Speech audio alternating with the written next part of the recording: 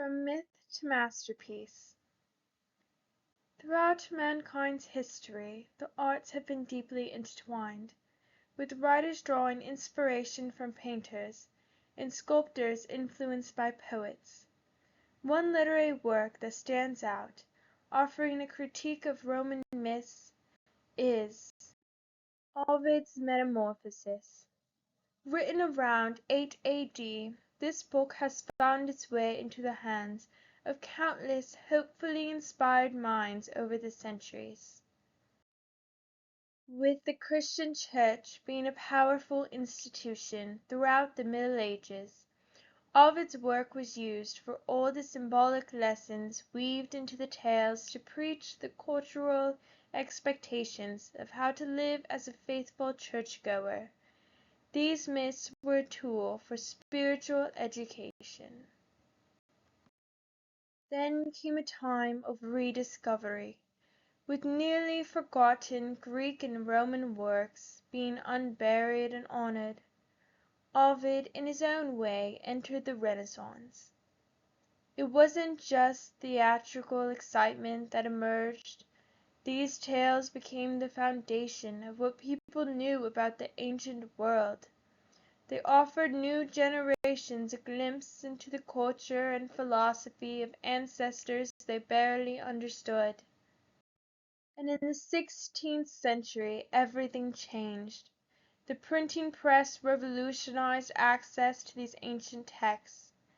The Metamorphoses became one of the most widely circulated texts, second only to the Bible, imprinting on the minds of distinct renowned artists, including the visionary mind of one of the most renowned artists of the Renaissance era, Titian. After training in workshops throughout the beginning of the 16th century, he became known for his portraits and religious paintings as his art reached maturity.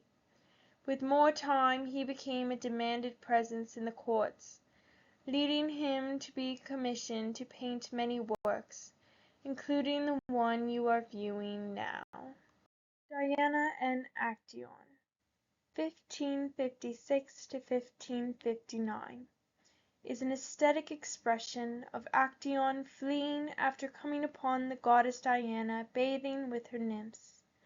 Philip II commissioned Titian to paint 6 large mythologies inspired by Ovid. He called this collection poesy, or the visual equivalent of poetry. Although Diana and Actaeon were notable works from this long and beautifully done commission, the entire collection raised the bar for mythological art, bar that many believed was already set by Titian, with details such as the stag's skull alluding to the young man's fate, and the cold stare of the morally questionable goddess. Titian captured the voice of Ovid and his unique storytelling in a rightfully renowned image. Today the painting is displayed alongside many other works of Titian in the National Galleries of Scotland. Titian was not the only master to emerge from this renaissance of thought and creativity. Gian Lorenzo Bernini, an Italian artist practicing with the talents inherited by his father, began receiving major commissions at the remarkably young age. Though he was skilled in many mediums, it was his remarkable gift for sculpture that earned him the commission of Cardinal Scipione Borghese.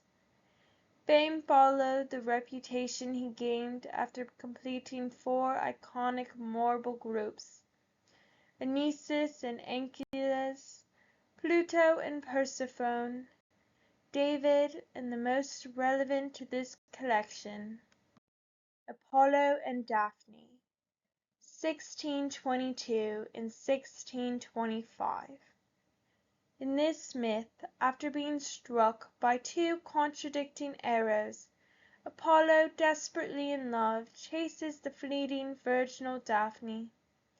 In her attempt to escape, she is forced to plead for transformation, and it's this decisive moment of metamorphosis that the sculpture captures. Bernini is known for his impressive descriptions of motions using unforgiving medium of marble, and this work is beyond no exception. Interestingly, although his remarkable skill is obvious in its totality, it was initially designed to be placed against a wall, making the front view especially perfect. Today, however, it stands in the center of a room in the Galleria Borghese in Rome. Although countless artists are worthy of note, this next one was able to do more than capture a Roman tale or scene from the Metamorphoses. He captured Ovid himself. Diego Rodriguez, a famously great European artist born in Seville, began his artistic journey under the mentorship of painter Francisco Pacheco.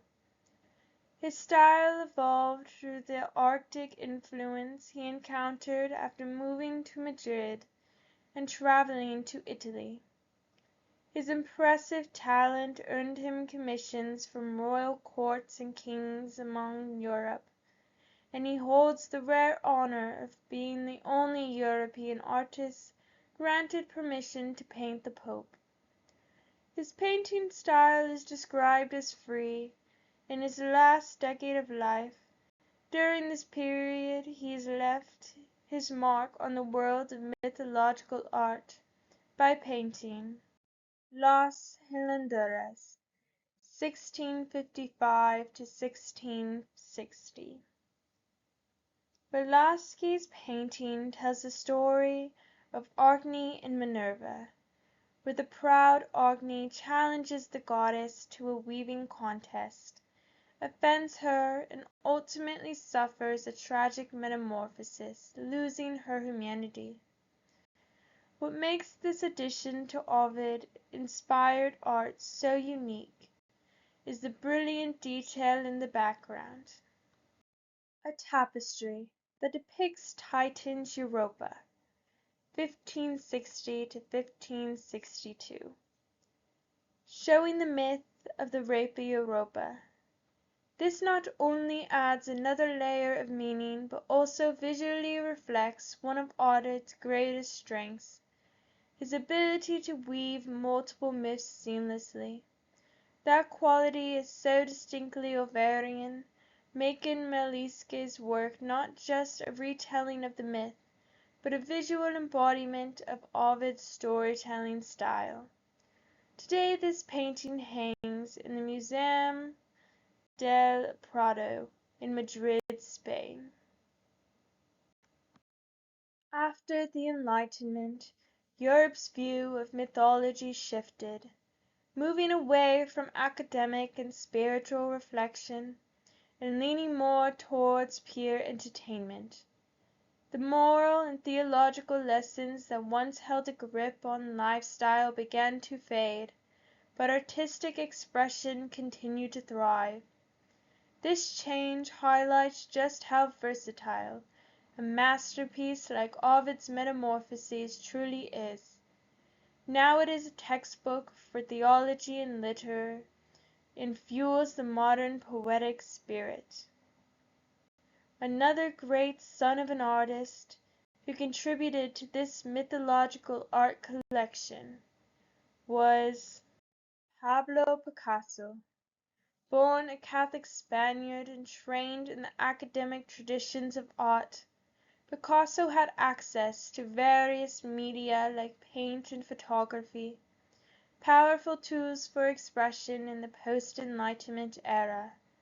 His biography breaks his artistic journey into different periods, and it was during his Neoclassicism and Surrealism phase he gave us Fall le Phaeton with the Sun Chariot, 1931. This piece was part of an illustrated book called Les Metamorphoses, where it appears alongside 29 other myth-inspired works, while the most iconic version of this myth might be Michelangelo's, Picasso's sketch is a powerful example of how Ovid's influence continues to be present through the work of renowned modern artists.